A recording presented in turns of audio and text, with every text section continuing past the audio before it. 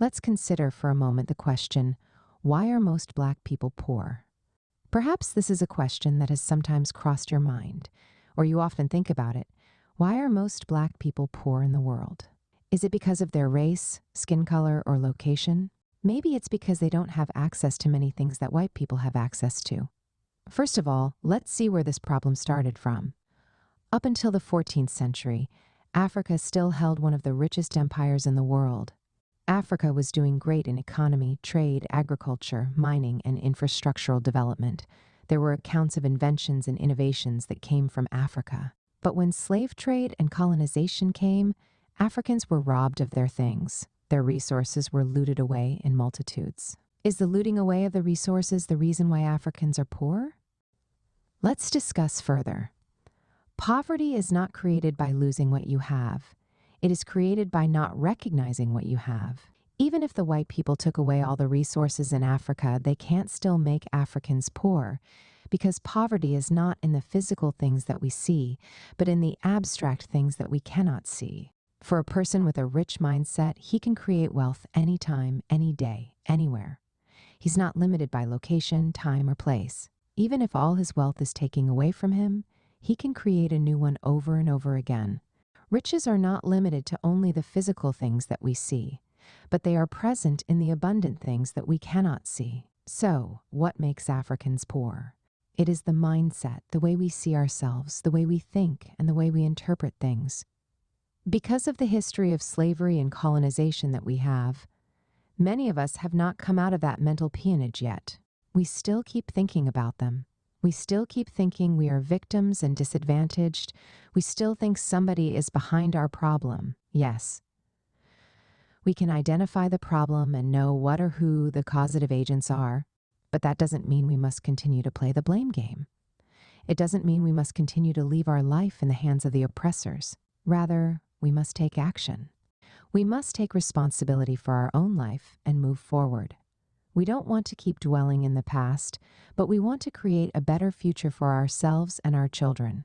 Despite all the bad that the colonizers have done, we can still rise again and make a better life for ourselves and our future generations.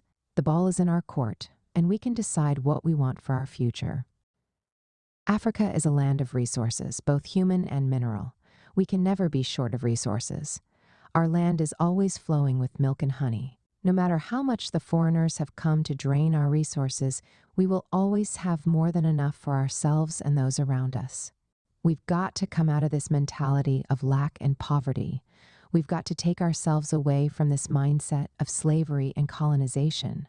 I know we hear the story every time, and it used to demoralize us and make us have this feeling of being victims and at the mercy of the people to help us and bail us out of poverty.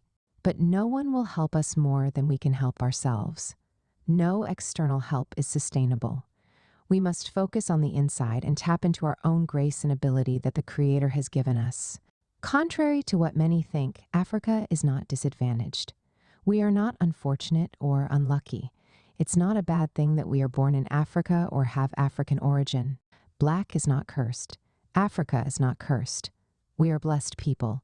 We are people of grace and power. We are smart and strong people. We are willful and ambitious people. We don't have a lack or poverty in our lives. Whatever poverty we see is the one we have created in our minds. It doesn't exist. It is a mirage that if we keep moving, it will disappear. How can a land that has tremendous resources in the world be in lack? How can a continent that gave birth to humanity be in lack? Africa is where all the resources in this world came from. And all the good things that we see in the world today came from Africa. Think about people who have done great and mighty things in the world. They are of African origin. There is no single thing that has excelled so much in the world that doesn't have its origin traceable to Africa. Top big companies like Apple, Tesla, HP, and Intel have their products made from minerals extracted from Africa. There are a lot of others in the background, taking advantage of African resources. It is because Africa is a land of gold. It is because Africa is a land of treasure, a land of the rich, rich in resources and power. I encourage you to start working with this mindset. Let this be your thinking. Let this be your life. I see you stepping into a new level of success and fulfillment. Cheers to higher living. Do share this article with someone if it makes sense to you. Thanks for reading. Read next 10 Powerful Areas of Our Strengths.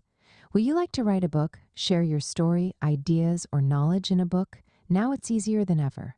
In 3 weeks, your book will be written and published. Send a message to bookmindsgmail.com. Get my books on Amazon, my Amazon books. If you want customized songs for you or your loved one's birthday, wedding, or any ceremony, Ize Music got you.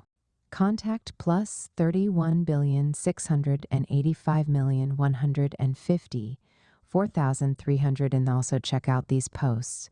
1. Africa's nuclear weapon. Democracy is a scam in Africa. Here's what works. L1. 3. 7 surprising ways to lose weight. 4. What to do when you are confused. Kindly drop your comments. Like and subscribe for more. Thanks for watching.